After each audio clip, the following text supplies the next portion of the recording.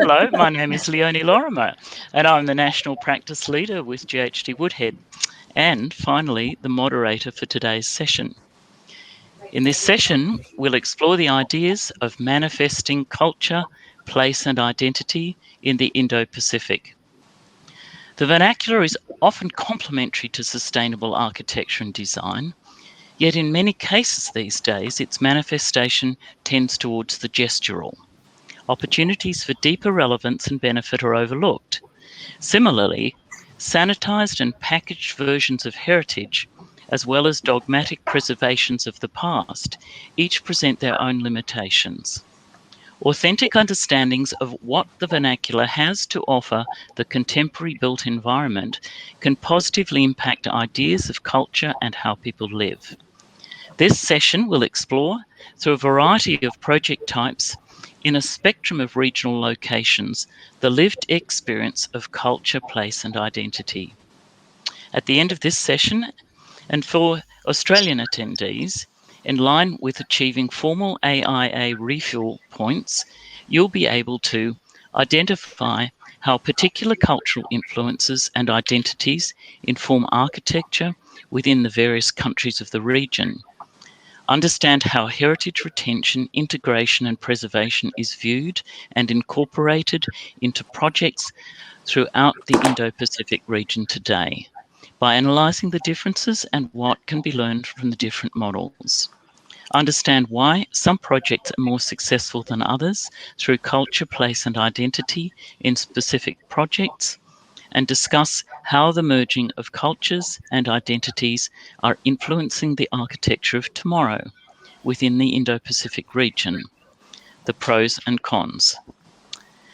Now, please note that you are required to attend the full summit program and hour of each session to redeem your 4 formal AIA refuel points. Today's session starts with a 40-minute discussion, followed by 15 minutes of Q&A. If you would like to ask our panel or a particular member of the panel a question, please enter it through the Q&A field at the bottom of your screen. And now, let me introduce our fabulous and today extremely patient panel of speakers. Akshat Bhatt is the Principal Architect at Architecture Discipline, a New Delhi-based multidisciplinary architecture practice which he founded in 2007. His work spans various typologies, from residential and retail interiors to large-scale public and commercial assignments, and, spread across the length and breadth of India, highlights the emergence of an architectural expression that is contemporary yet rooted in cultural understanding of regionalism. Akshat has received many awards and accolades, and during the last 16 years, he has taught at 3 architecture schools in New Delhi, actively engaging with the city's academic community.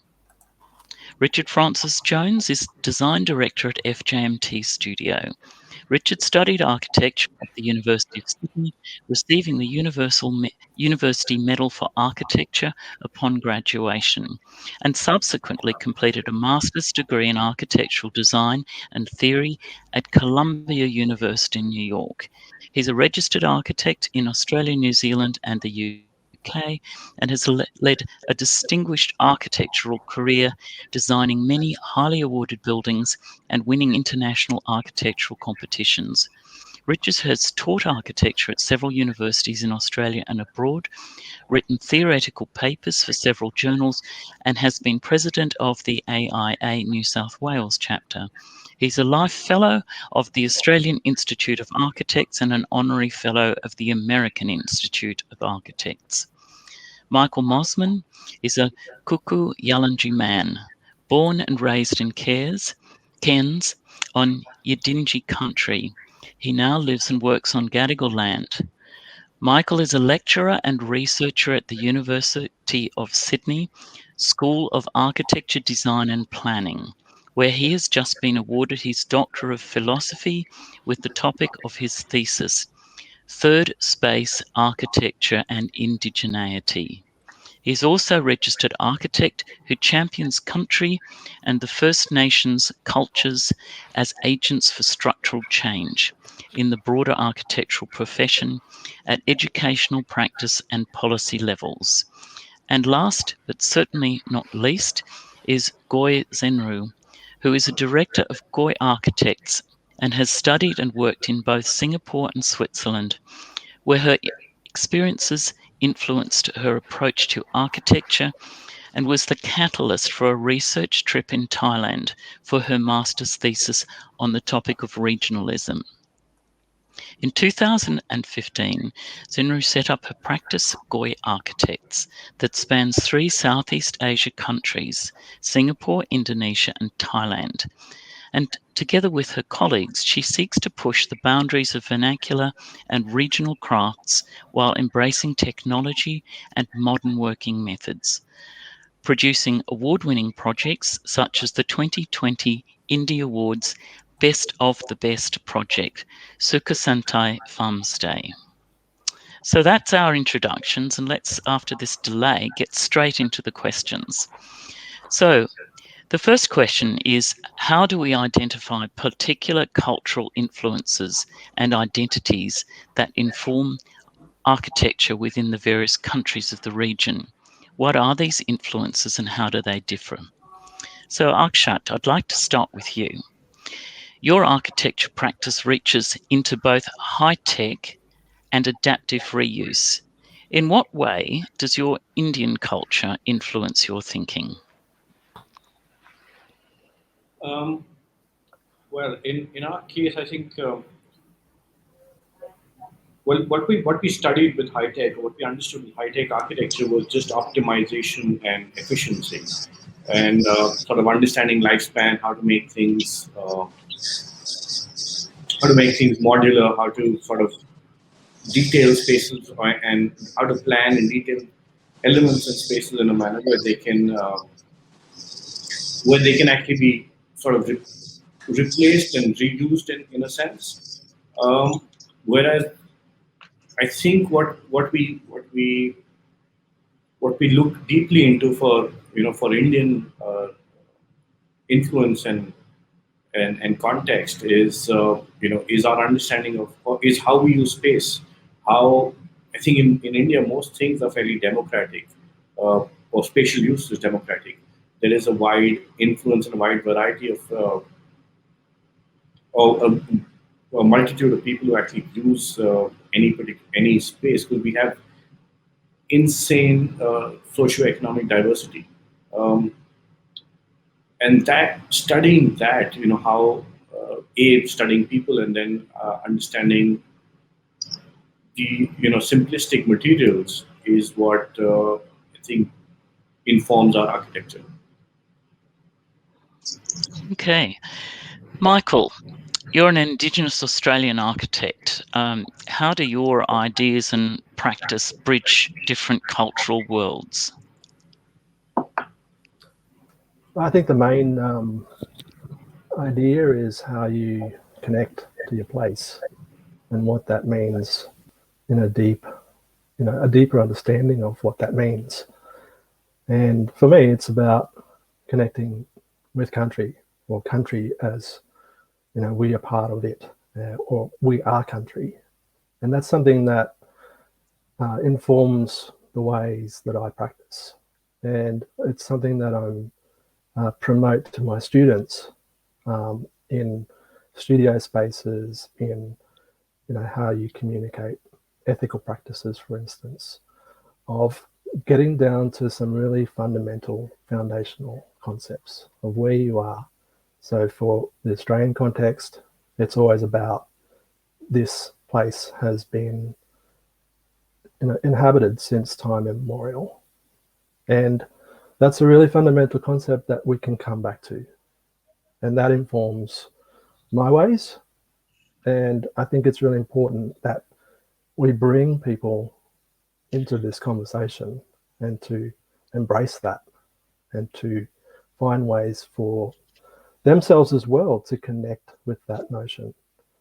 So we are, connected to a place, I'm also connected to places overseas as well through heritage.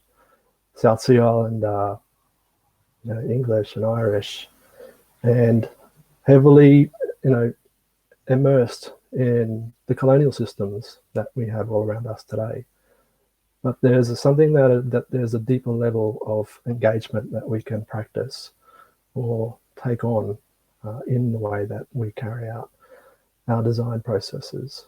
And the main thing, that idea of connecting with country is a very fundamental starting point. Mm. So we might shift gear from the most ancient culture to the newest on our panel today. And I'll ask Zenru, what does it mean to be Singaporean as an architect and designer?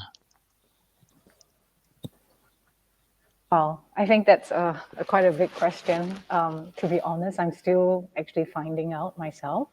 What does it mean to be a Singaporean in this region in that sense? But what I could kind of share with the panel is that our team is quite unique in the sense that we are working regionally together with Indonesia, with Thailand and Singapore. And I find that when there is such interesting cross conversations between the nations, then we start to kind of understand what we are actually good at in that sense. Like, what is Singaporeans good at? What is the advantages that Thailand have? What's the advantages that Indonesian have? And through this kind of cross-cultural kind of conversations, then we could kind of leverage on whatever that each of us have benefits in. For example, in Singapore, it's just lack of any natural resources. And what we are good at is really at systems. Like, we can set up a system. We could get everybody to work together to kind of like create something together. And in Indo, you have all these amazing textures and craftsmen that is available. In Thailand, everybody's so good at design, So I think that by working together, we kind of shape this new regional identity in a sense. And I mean, I'm still finding out actually. So I'm trying to answer you, but we are still trying to discover day by day through the studio practice. Yeah. Yeah, cool. So Richard, you must have guessed I'm coming to you next. So in your view, what is the relationship between a project and its place and its cultural context? I think that interconnection is fundamental, and this question of culture and identity is a really tricky one, Leonie. I think I was quite pleased you didn't say, well, as an Australian architect, or just because, of course, what we immediately do when we talk like that is we categorize identity, right? And we limit our connections to each other and to place. And so, listening to Michael, listening to Andrew, you couldn't think of two more polar connections to culture and identity. I think it's I wasn't born in this country that I now consider myself a part of, and when I'm listening to Michael, I feel like I've only just arrived here, and I feel a certain disconnection from where I am relatively. And having worked also in New Zealand for many, many years, it was in a way a very profound confrontation with First Nations culture and people. And I think the incredible challenge that we face as a Western kind of colonial settlement of these lands. But also, of course, we are a global community, and we are facing global challenges, and there is a global emerging culture. So I think these things are very difficult to balance. And when we think about culture and identity, I do think deeply about place, about land, about our human connection with it, about how the ceremonies that have taken place over time, the connections we've developed through human activities, be they positive ones or be they negative ones, be they celebrations or be they actually scene of violence. The one thing is the mark the land makes on us, but we make marks on the land and it's never the same again, and so this is a wonderful conversation to participate in because it is so difficult, it's so challenging, and I think the only way we will really make progress is to understand that none of this is easy for all of us. We're all damaged by what has happened, whether we're the perpetrators of it or the victims. And somehow it's finding a sense of identity that is inclusive, that is forward-looking, and that also is backward looking. Well, thank you. We're going to move on to our second question now about how do we understand how heritage retention, integration and preservation is viewed and incorporated into projects throughout the Indo-Pacific region today. Is it by analysing the differences? And if so, what can be learned from the different models? So I'm going to start with Zenru because you've done a wonderful project for a fabulous client in the Heng House, and I love it so much. Can I ask you about, sort of how you resolve contemporary architecture and heritage? Yeah. I think that a lot of times when we look at houses, we are really addressing issues of very fundamental stuff. Of course, we are talking about having a physiological kind of comfort, it's a shelter and stuff like that. But I think more importantly, if we look at the Maslow chart of hierarchy chart of Maslow, you are looking at the higher level, which is a sense of belonging. Then you are also talking about esteem needs as well as self-actualization. So the way that we try to do this house is that we are trying to also kind of bring back a little bit of memories for the families, try to relate them back to what kind of lifestyle they have actually lived in the past before, because the father used to stay in a kampong setting, it's like a village settings. They have very open kitchen settings whereby people could just come in, the neighbors could come in, and there is like close by farms that they can pick their produce from. So we are trying to emulate that, especially in this very dense Singapore kind of urban setting. So how do you do that? So the way that we did it is that we try to bring the kitchen to the front. We try to give open gardens at the driveway so that the father could actually pick his produce and cook dinners or lunch. And then we also have this use of textures, which in this case, we actually use recycled louvered windows. So louvered windows is also a kind of architectural element that is very present in Singapore's old shop houses.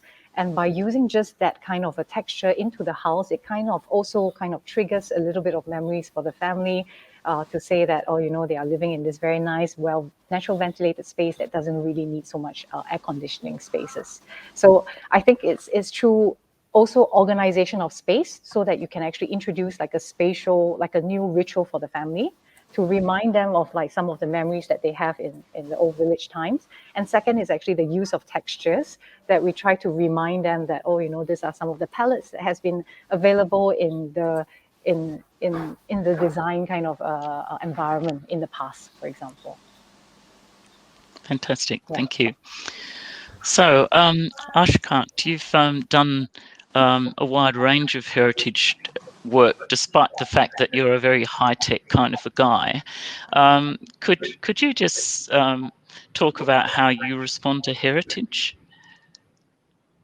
Well, we're really living in a century of recuperation, so to speak, right? There aren't too many natural resources left for us to consume.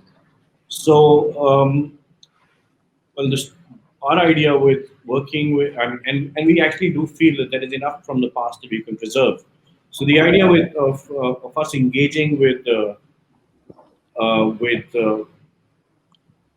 historic buildings and is not just preserving the past and not just sort of returning to tradition, but adding a layer on it, which is that allows us to create new memories from it, right? And that could be through shared civic responsibility or creating spaces that encourage civic responsibility through some sense of radical inclusion.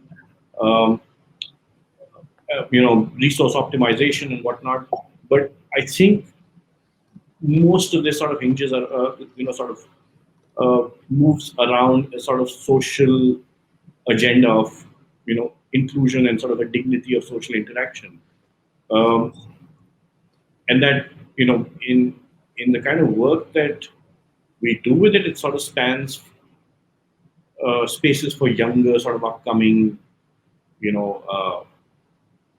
startups and moving all the way through to 5-star hotels and maybe even some city centers. So we've most recently we actually engaged with a 6-kilometer stretch of an old city where we just as an urban intervention. And all we did was identify a few critical nodes and clean up and start cleaning up the city. But what we did find was an old step well, an old reservoir that was a self regenerating aquifer that was used as a dumping ground, and it took very little from us financially and technically to sort of clean it up, and it suddenly became a democratic space. It became a democratic space that is a safe space for engagement for 20 odd hours in the day.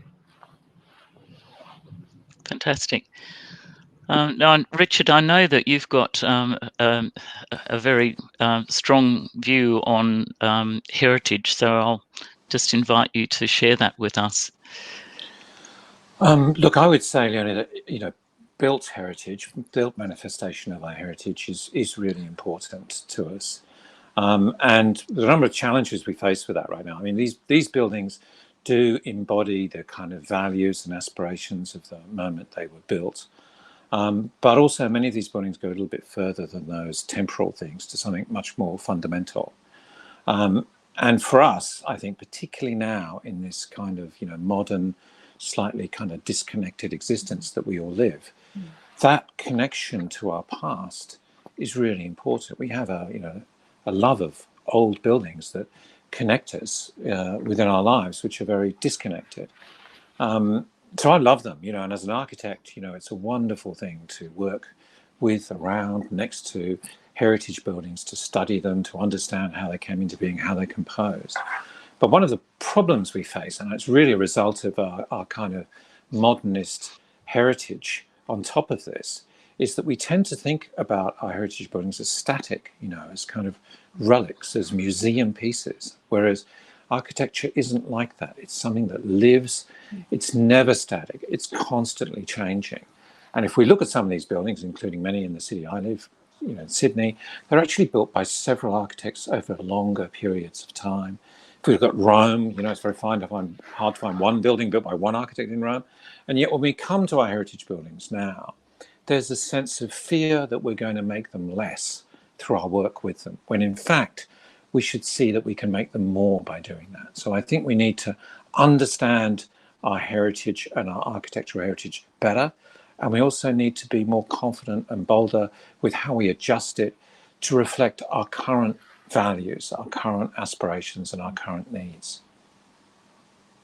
Thank you very much. Now, Michael, what does heritage mean from your perspective? What does it mean to you? Part of the question, or the question about difference, is really important. So, I was introduced as an Indigenous architect. The reality is that I'm trained in architecture, and I have a particular way, and that way is always evolving. And there's all these different exchanges and interactions that take place, as for everyone and everything. So it's really important that, and building on what Richard was saying before about the notion of identity and the staticness of that, in that things are never static. Things are always moving, always interacting. And there's always spaces between these interactions that then formulate these new ways that you wouldn't have gotten out of if you were wasn't interacting in the first place. You can't help but interact. It's just part of what happens, and that's the sort of domain that I sort of take it within. Like when I'm first interacting with students in a studio space, it's about, tell us about all the cultural differences that exist in this space at this moment. What can you tell me about yourself? How can we find commonalities through those explorations of difference?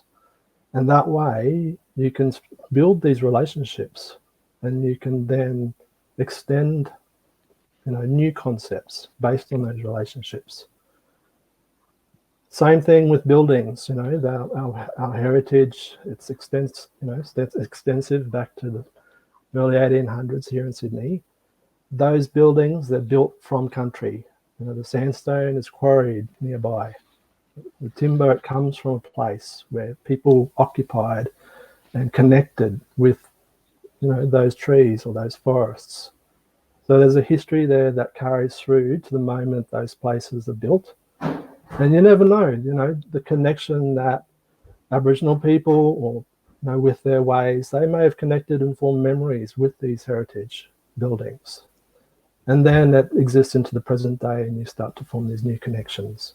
So it's always about an interaction, and I can put that notion towards, forward to my students, and within the faculty itself, within the school itself, and just, put it out there about, this is about establishing relationships. Heritage is here, it's part of our history. There's also a deep time connection to a heritage that has so much difference across this whole continent. So we can, engage with that, and we can really reciprocate what that means through the expression that comes out of the architecture that we practice. That's great.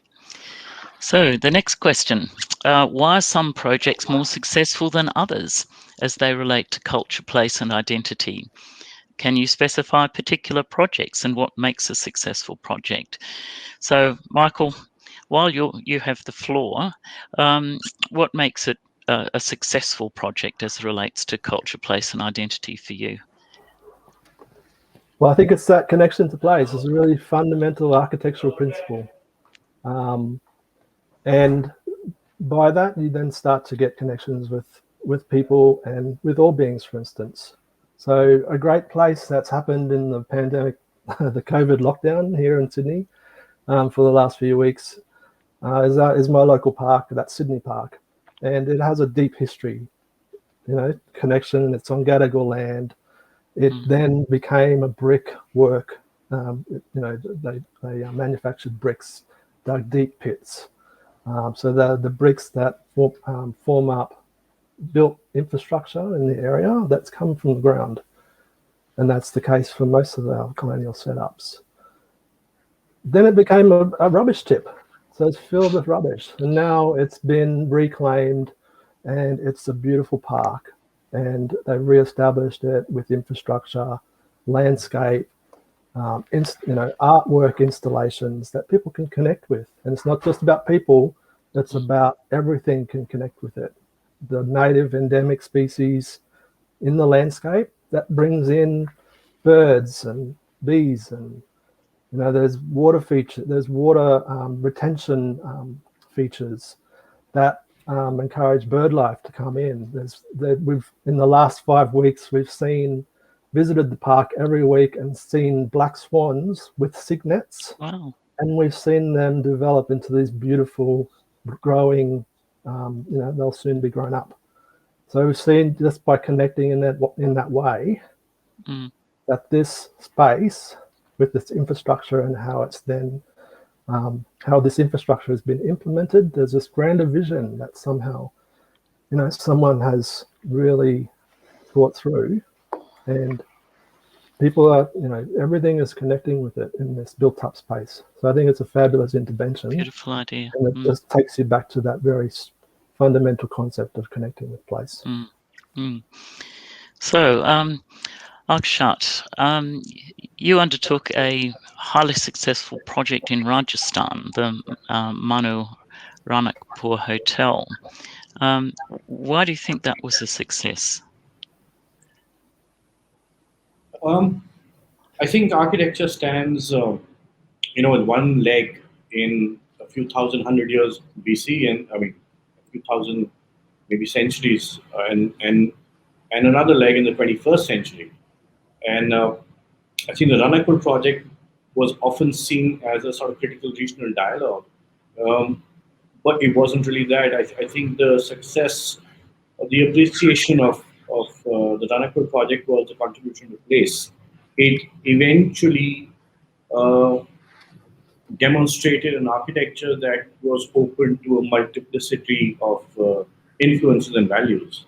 So if you want, and there is no set formula for it, but beyond material fetish and beyond architectonics and us thinking of ourselves as sort of puppeteers to control space and region and time, I think the real success of a project is contribution to place and embracing the social context and the people around it, and most importantly, a process that actually relates to the work and not a process that's esoteric. And there are multiple layers to it, which may begin with what you construct with, how you construct, or how you go about the building process, which isn't just about the physical manifestation. It's also about how you embrace the smaller societies that surround the space where you're doing it. Let's not forget that every large project is also a fairly is a significant economic contributor to a space. Mm, mm. Okay. Richard, you talk about successful projects being ones that have a greater obligation to explore questions of cultural significance.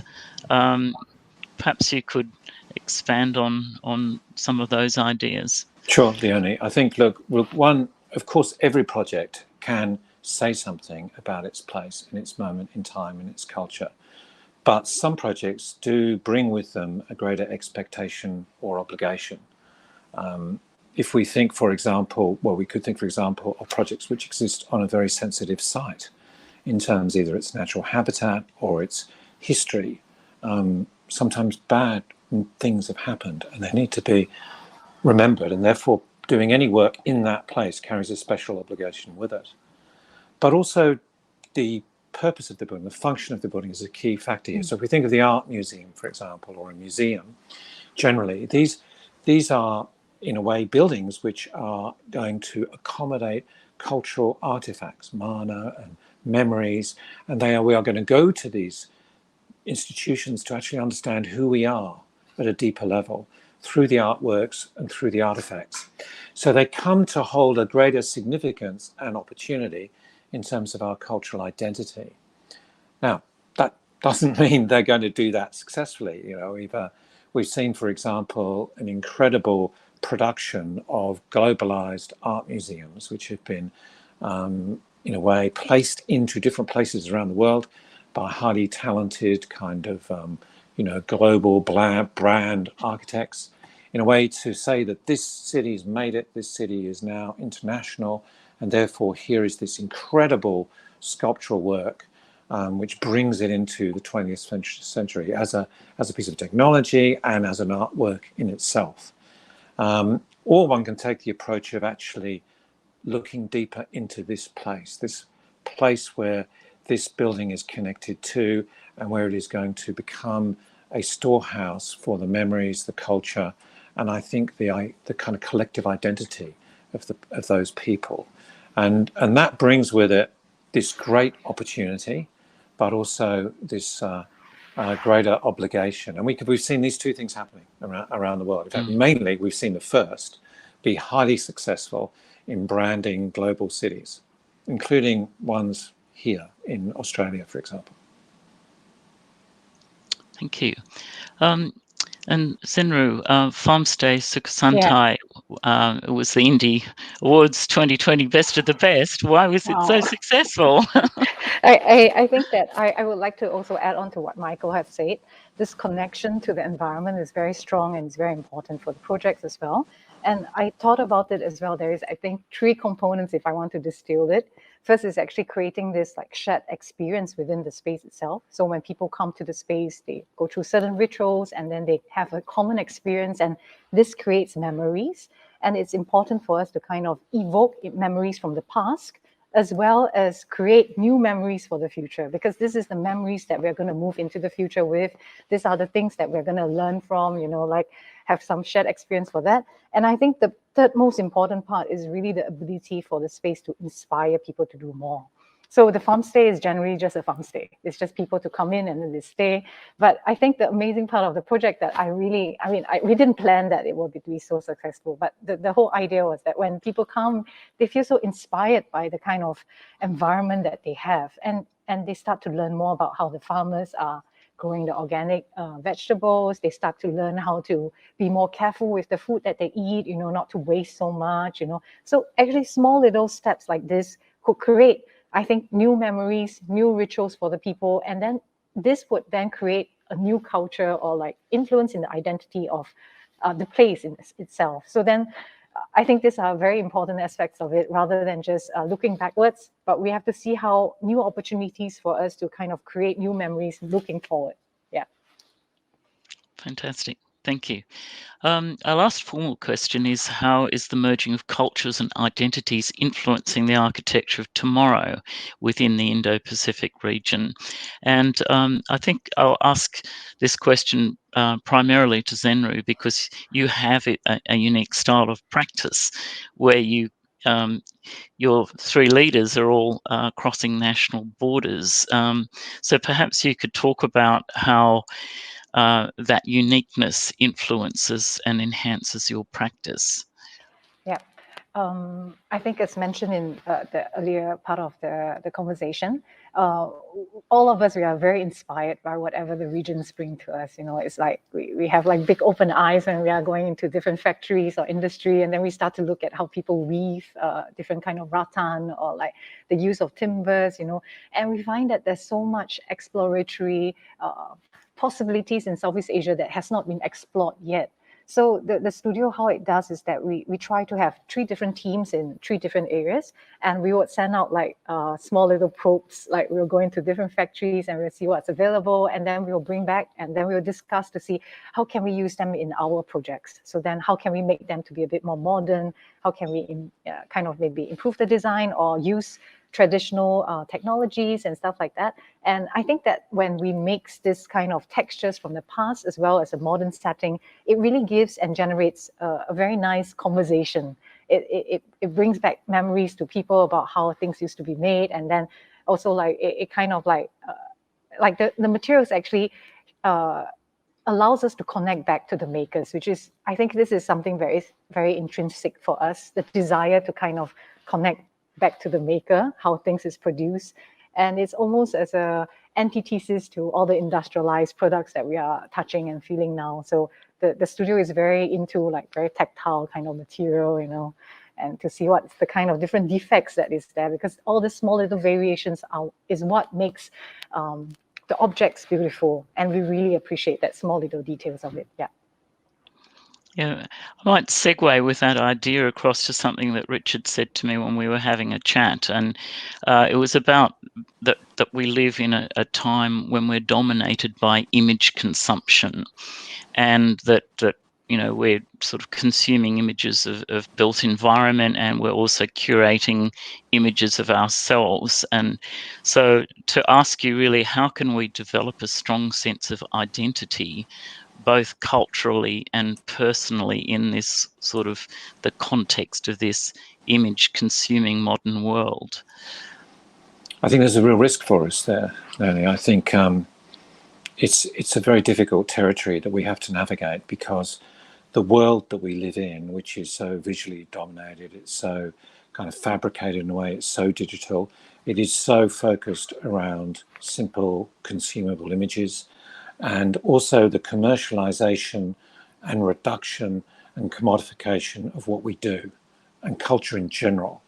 So when we have this desire to connect more deeply to a place, to a culture that we may only be on the periphery of, then there's a risk. Once this becomes a kind of, if you like, not so much valued but priceable entity, something that can be consumed and reduced to a commodity, then there's a real risk. There's a real risk that we're actually going to do the opposite of what we seek to do, that we will take a connection to country in this land, to First Nations cultures in places like New Zealand, to our own more marginalized groups within more modern societies, and we will reduce them in this desire we have to kind of connect. And we've all seen that. You know, we've seen that in the architecture, we've seen it in the artworks.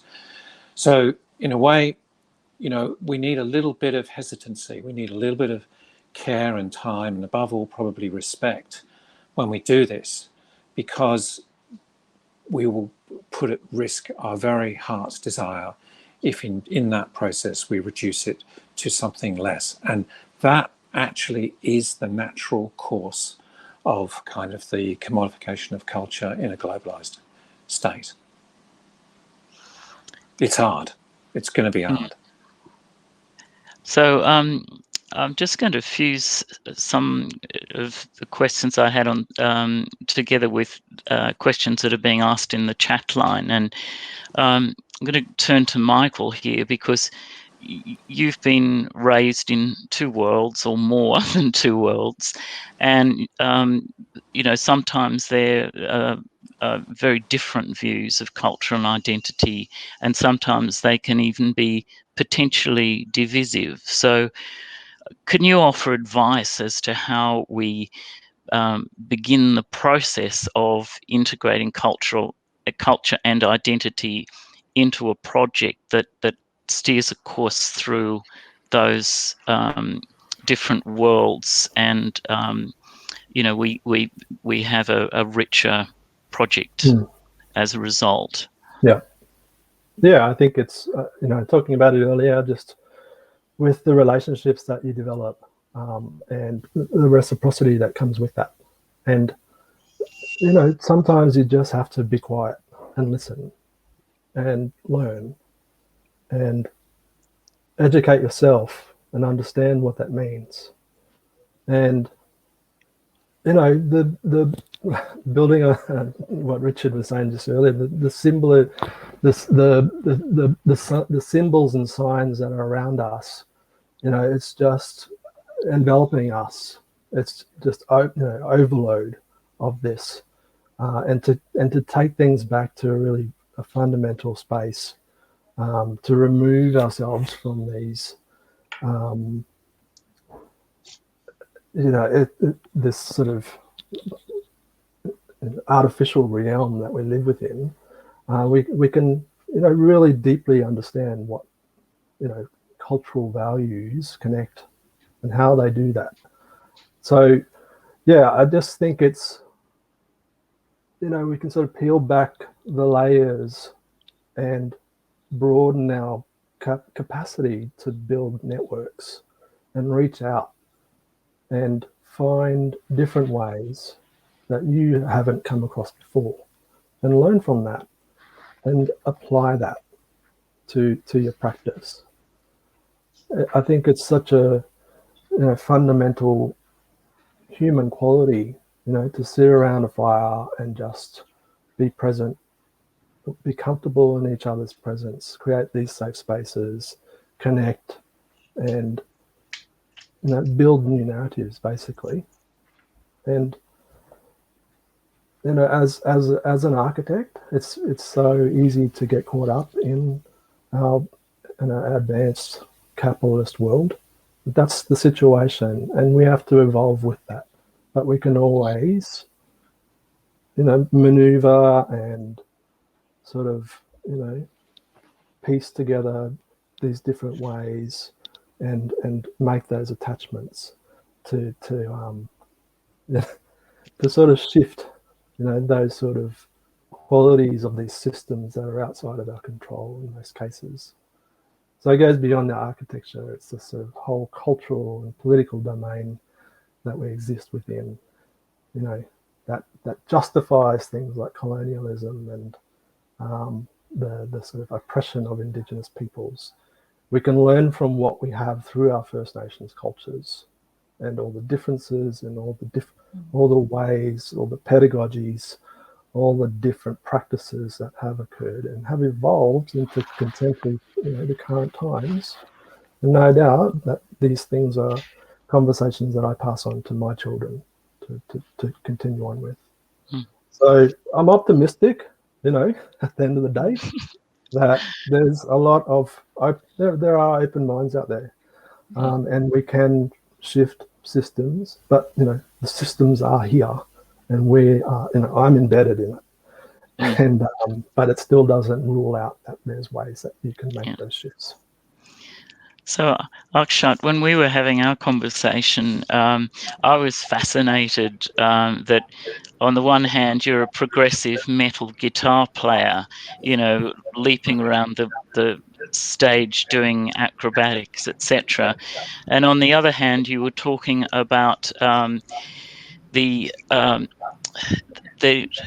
time of the Indian culture, about how everything in the Indian culture is so deeply thought out, and that you were talking really about the fundamental difference between the sort of, you've suffered a colonial past as well, but this deep Indianness, and you said that sometimes you've actually got to take yourself outside that to be an outsider to reinterpret or to bridge these cultures that you live in.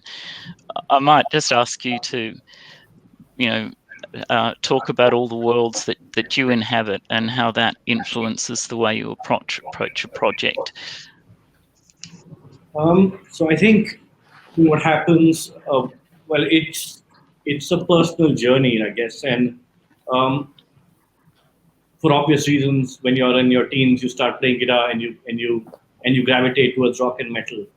But with me, what happened was that I wasn't just I sort of started veering towards the more technical, virtuosic side of playing, right? So I was listening to players like Steve Vai uh, and Joe Satriani and Malmsteen and such. So and that and the quest to sort of find your own voice in the world of music in my early teens sort of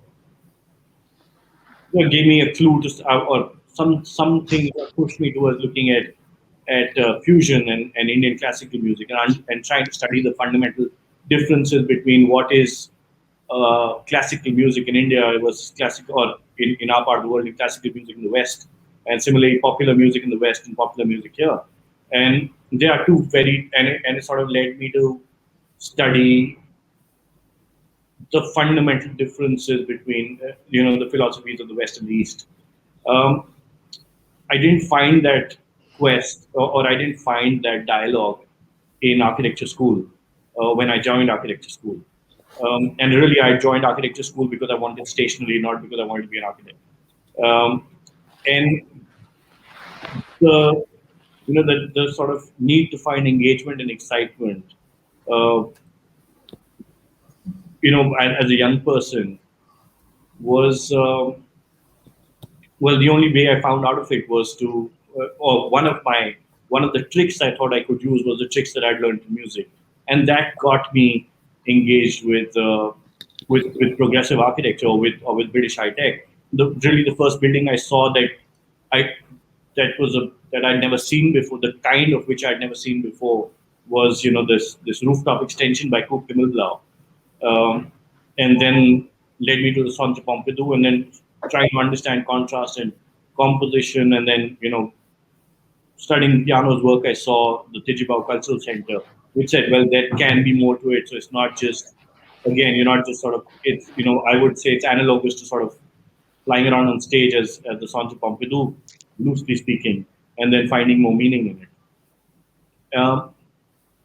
I think, a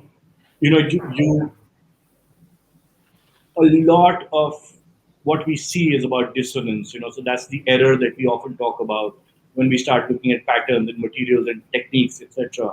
And we say the error becomes the detail. But I think if you start looking beyond the dissonance, you start looking at what people generally see as,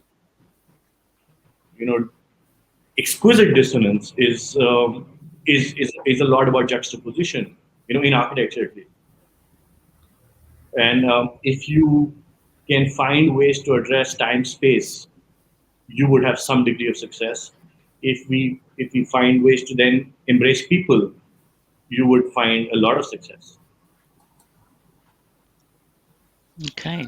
And I'm sorry, one last thing, as a point, that it's not just about the familiarity of the past, but it's often about, at least in my world, offering a promise for an optimistic future, in this part of the world. Thank you. And last but not least, of course, Senru again,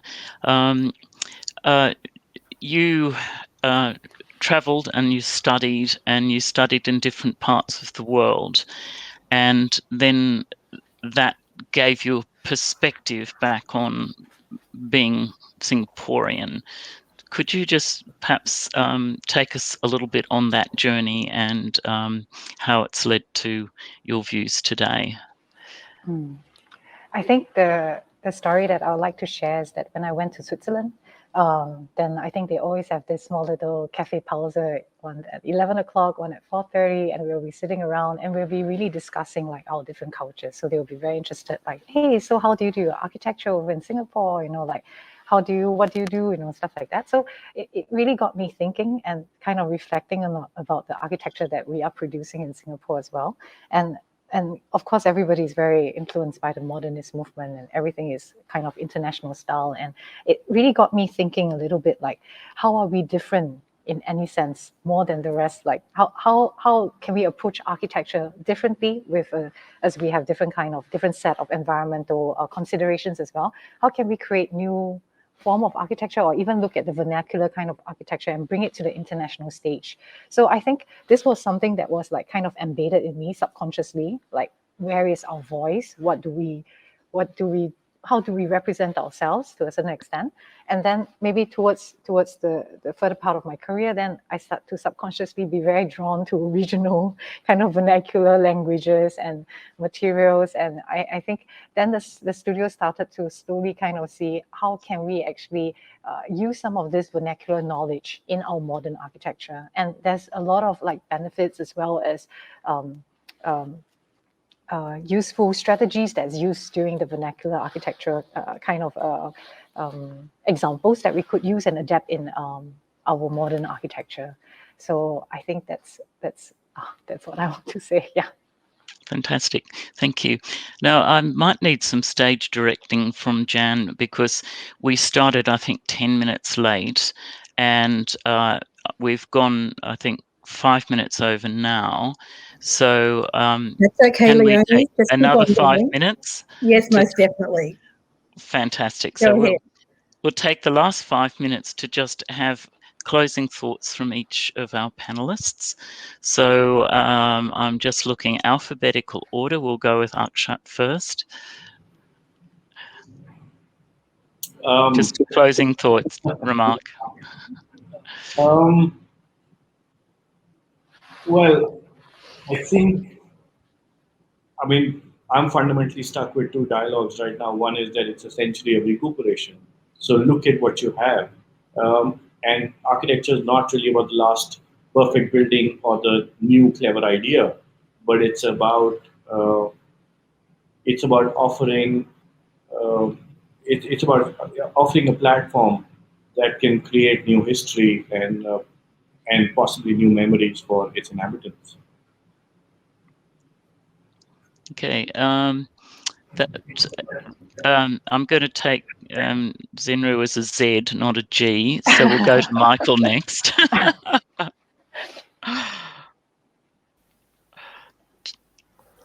Just for a closing remark.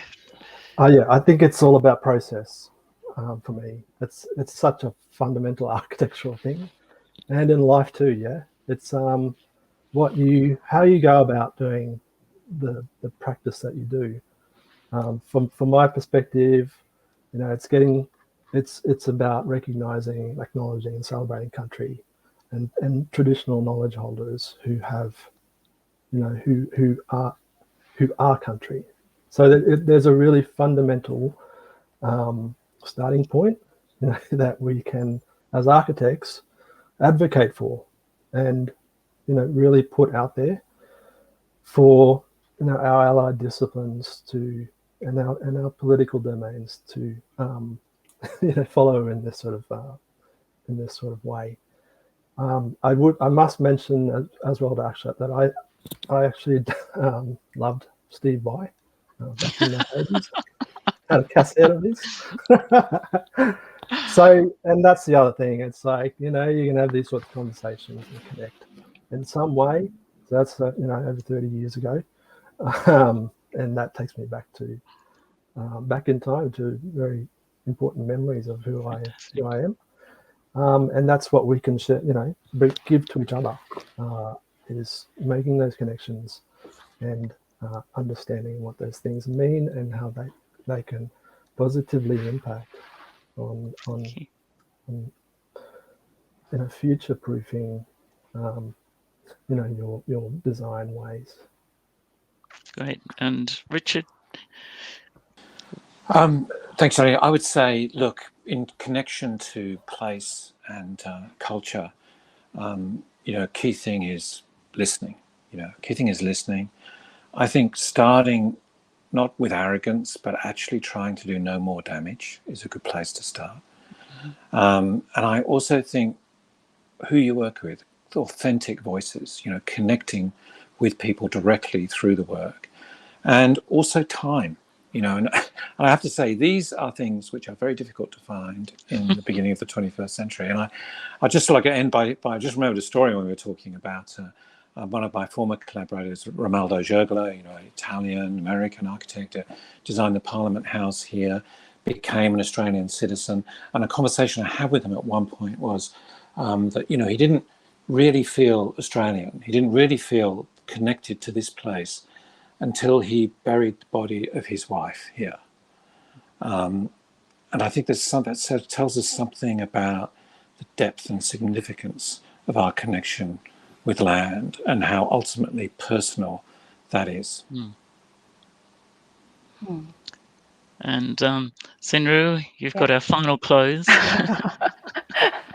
Always last. I think that at the end of the day, spaces really shapes our activities, and it shapes our rituals, it shapes our memories, and in turn it shapes our identity. So I think we really need this identity to reflect on our past, to have really a foothold of our present, so that we can plan and chart for the future. So for me, or like designers, I think design is like a reflective tool. It's something that evokes emotions, awareness to discuss about our culture of what we have. And we are not just looking like a homogeneous bag of things. It's really about a big mix. And this is when the excitement comes in for the future, right? And through this reflection, we really hope that we could be better version of ourselves in an attempt to be really enhancing like the humanity as a whole, I would say. So understand the past to inform the stories of the future. Yeah. Yes. So we're now at the end of our session. I'd like to thank you all, Akshat, Richard, Michael, and Zinru. It's been great. I've loved it. I've had fun. Learned a lot. The next session is going to be at 1:45, running for an hour, and it's the housing balance, design, community, and economy in the Indo-Pacific. So I would encourage you all to take a short break and come back and enjoy the next session. And judging by the flurry of sort of thumbs ups, claps, hearts, ice creams, celebrations, I think that you've all nailed it. So thank you, everybody, for your attention, and thank you for your contribution, panelists. Thank you, Leonie. Thanks everyone. Thanks, Leonie. Thanks, everyone.